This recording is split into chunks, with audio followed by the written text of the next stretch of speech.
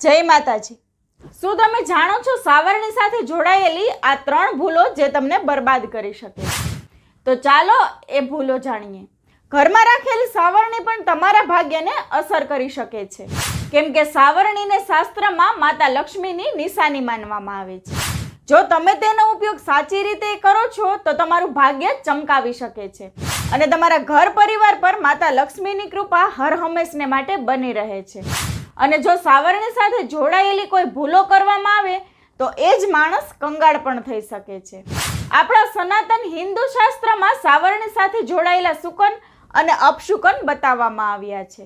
સાવરણીને લઈને કેટલાક કાર્ય બિલકુલ ના કરવા જોઈએ, નહીં તો જીવનમાં મુશ્કેલીઓ આવવા લાગે છે અને સાવરણીને સાચી દિશામાં અને સાચી રીતે રાખવી જરૂરી છે, નહીં તો તે માતા લક્ષ્મીની બહેનને ઘરમાં બોલાવે છે અને તે ઘરમાં ગરીબી અને દરિદ્રતા લઈને આવે છે। તો આ વાતોનું ખાસ ધ્યાન રાખજો અને દરેક મહિલાઓ સુધી આ વિડીયોને જરૂરથી શેર કરજો અને કમેન્ટમાં જય માતાજી લખવાનું ભૂલતા નહીં।